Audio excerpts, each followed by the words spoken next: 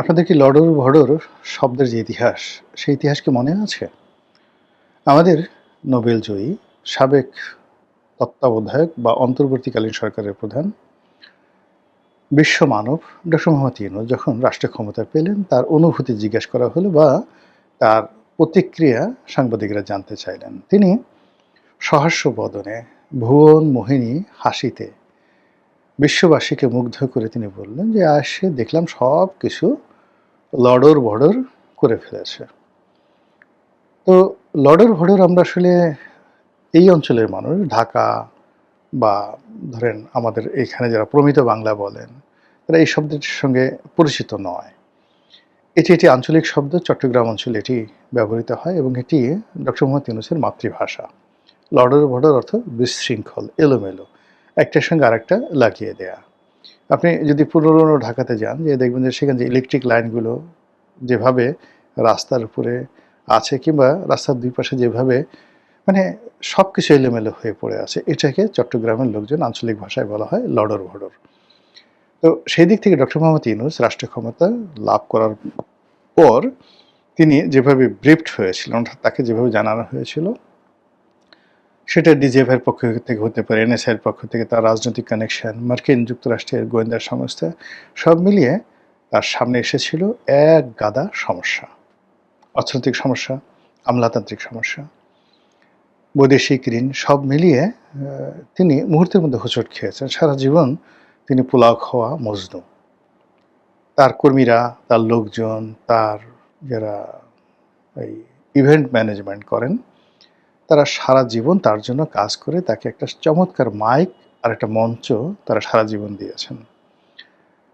তিনি মঞ্চে গিয়ে কথা বলেছেন, আর চেকে সিগনেচার করেছেন, আর ব্যাংক ভরে টাকা দিয়ে গেছে বিভিন্ন লোকজন।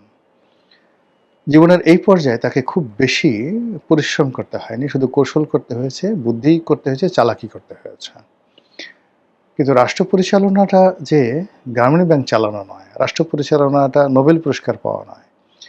রাষ্ট্র চালানো এখানে ড্যানন কিংবা ধরুন অলিম্পিকের মশাল পরিচালনা করা, ড্যানন কোম্পানি বাংলাদেশে আনা, গ্রামীণ ফোন চালানো, এইগুলোর মতো নয়। এটা অ্যাবসলিউটলি একটা ভিন্ন বিষয়। হিউম্যান ক্যারেক্টারিস্টিক্সের সর্বোচ্চ গুণাবলী, সর্বোচ্চ যোগ্যতা আপনার থাকতে হবে, অথবা আপনার না থাকলেও চলবে, আপনার পাশে অ্যাটলিস্ট 9 জন লোকের, ইতিহাস প্রমাণিত দেয়ার আর 9 জুয়েলস। আপনার পাশে যদি 9 জন সর্ব বিষয় বিশেষজ্ঞ, চরিত্রবান, যোগ্যতা সম্পন্ন, শিক্ষিত, মার্জিত, বীর, এরকম 9 জন লোক যদি থাকেন, তাহলে আপনি খুব কম জ্ঞানী হলেও, ফাঁকিবাজ হলেও, এমনকি ঘুমিয়ে থাকলেও আপনি চমৎকার একটি রাষ্ট্র ব্যবস্থা চালাতে পারেন। যেমন ধরুন চন্দ্রগুপ্ত মৌর্য, তার 9 জন জেনারেল ছিল বা 9 জন রত্ন ছিল, 9 জুয়েলস।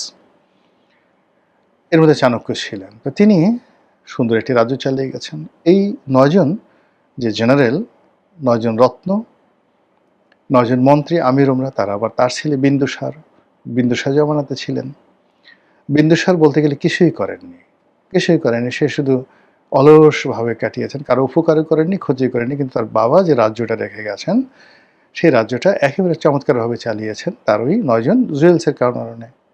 আচ্ছা, তো একইভাবে ধরুন অন্যান্য যারা আছেন, ইতিহাসের যত বিখ্যাত, দেশে দেশের বাইরে, সারা দুনিয়াতে সবারই কিন্তু এরকম একটা পরামর্শ সভা ছিল, এবং সেই পরামর্শ সভায় 9 জন, 9 সংখ্যাটা রাজার জন্য খুবই গুরুত্বপূর্ণ। দেয়ার আর 9 জুয়েলস। সম্রাট আকবরের নবরত্ন সম্পর্কে আমরা তো সবাই জানি। মধ্যযুগে সম্রাট আকবরের নবরত্ন সভায় যে 9 জন জুয়েল ছিলেন, এইরকম 9 জন জুয়েলস সারা দুনিয়াতে ছিল না।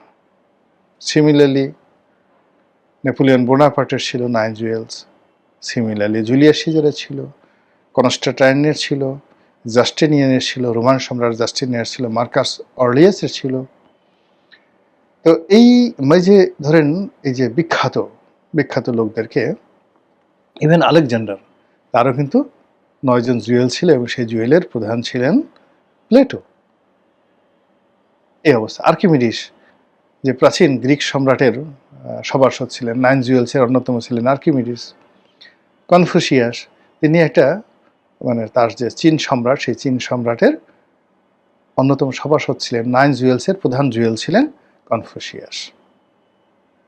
তো এইভাবে আপনার যদি বুদ্ধিমান জ্ঞানী লোকজন থাকে তাহলে আপনি চোখ বুজে কাটাতে পারেন।